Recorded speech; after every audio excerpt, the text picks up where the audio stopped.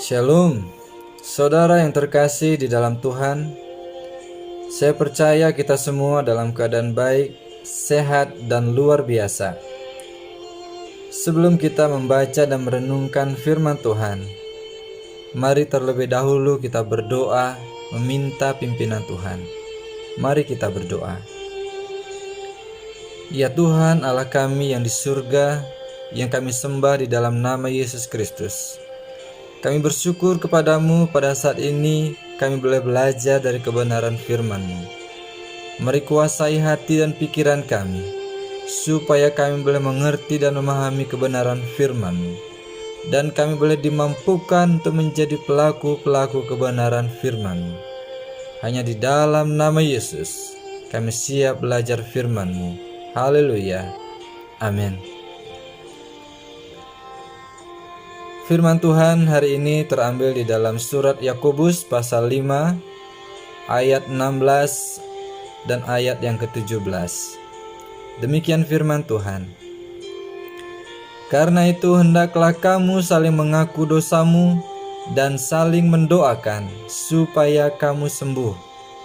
Doa orang yang benar bila dengan yakin didoakan sangat besar kuasanya. Elia adalah manusia biasa sama seperti kita, dan ia telah bersungguh-sungguh berdoa supaya hujan jangan turun, dan hujan pun tidak turun di bumi selama 3 tahun dan 6 bulan. Saudara yang kasih dalam Tuhan, hari-hari ini situasi dan keadaan di sekitar kita seringkali tidak menentu, yang terkadang membuat kita khawatir, lelah, dan tidak sedikit yang mulai merasa putus asa. Karena itu penting sekali untuk kita tetap membangun mesbah doa dalam kehidupan kita sebagai orang percaya. Karena doa adalah kekuatan orang-orang yang percaya dalam menghadapi tiap pergumulan. Nah, yang menjadi pertanyaan bagi kita sekarang, bagaimana supaya doa kita berkuasa?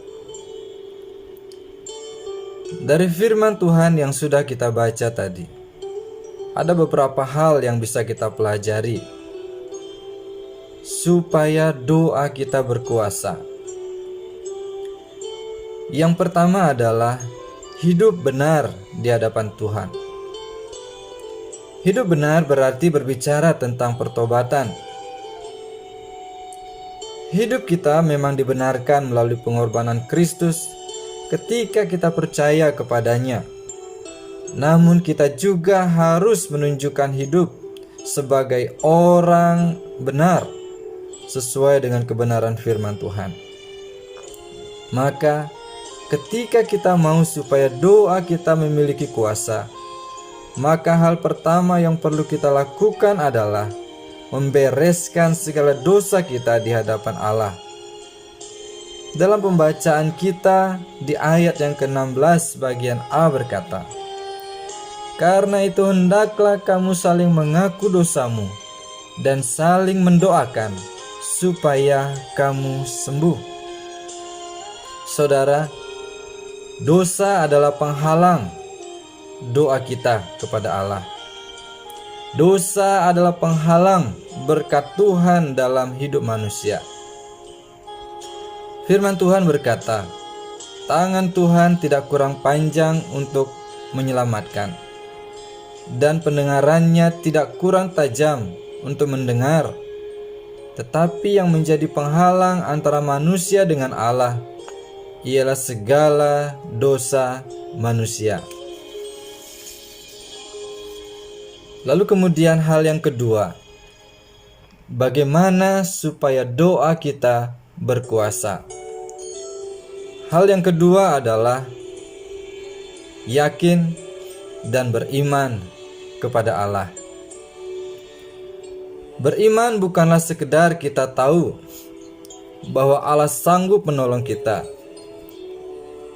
tetapi memiliki keyakinan yang sungguh-sungguh bahwa Allah pasti mendengar dan menjawab doa kita, yang didasarkan atas pemahaman yang benar tentang firman Tuhan yang berbicara mengenai janji, kuasa, dan juga karya Allah bagi manusia.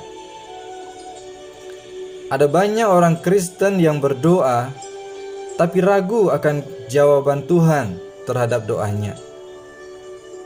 Mengapa hal itu bisa terjadi? Karena mereka tidak memiliki pemahaman yang benar terhadap firman Tuhan.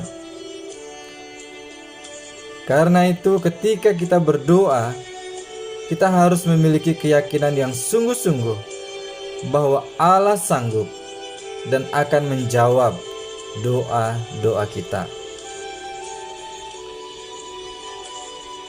Lalu kemudian yang ketiga, bagaimana supaya doa kita berkuasa? Hal yang ketiga adalah berdoa sesuai dengan kehendak Tuhan. Ada banyak orang Kristen berdoa dengan memaksakan kehendaknya sendiri, sehingga mereka mengalami kekecewaan. Dalam Yakobus pasal 4 ayat yang ketiga berkata, "Atau kamu berdoa juga, tetapi kamu tidak menerima apa-apa, karena kamu salah berdoa. Sebab yang kamu minta itu hendak kamu habiskan untuk memuaskan hawa nafsumu." Terkadang kita berdoa hanya untuk memuaskan hawa nafsu kita. Baru berdoa ketika sudah sakit, baru berdoa ketika sudah bangkrut, baru berdoa ketika sudah dililit hutang. Firman Tuhan berkata dalam Mazmur 145 ayat yang ke-18, "Tuhan dekat pada setiap orang yang berseru kepadanya, pada setiap orang yang berseru kepadanya dalam kesetiaan." Kesetiaan bukan berbicara kalau kita perlu sesuatu baru cari Tuhan. Kesetiaan berbicara mengenai setiap waktu kita selalu mencari Tuhan, dalam keadaan baik ataupun tidak baik. Yesus sudah memberikan teladan bagi kita. Ketika Yesus berdoa di Taman Getsemani, ia berkata, "Ya Bapa, jikalau boleh biarlah cawan ini lalu daripadaku. Tetapi janganlah seperti yang ku kehendaki, melainkan seperti yang Engkau kehendaki." Saudara, Yesus adalah Tuhan. Ia mampu melewati semua itu, tapi Ia tidak melakukannya. Kenapa? Karena Ia mau memberi teladan kepada kita supaya kita berserah atas kehendak Allah. Biarlah teladan Kristus akan menolong kita dalam berdoa, sehingga ketika kita berdoa, kita meminta sesuai dengan kehendak Tuhan.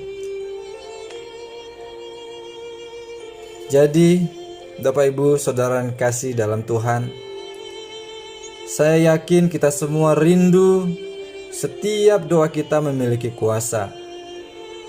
Karena itu, biarlah ketika kita berdoa, kita memiliki hidup yang benar di hadapan Tuhan. Kita memiliki iman yang sungguh-sungguh, yang didasarkan atas firman Tuhan. Dan berdoalah dengan sungguh-sungguh, dengan tetap taat pada kehendak Allah. Mari kita berdoa. Kembali kami bersyukur oleh anugerah-Mu Tuhan, karena kami sudah belajar dari kebenaran firman-Mu. Biarlah kiranya kuasa Roh Suci-Mu akan memeteraikan firman-Mu dalam hati dan pikiran kami, supaya kebenaran firman-Mu akan menjadi pedoman dalam kehidupan kami, secara khusus di dalam kehidupan doa kami.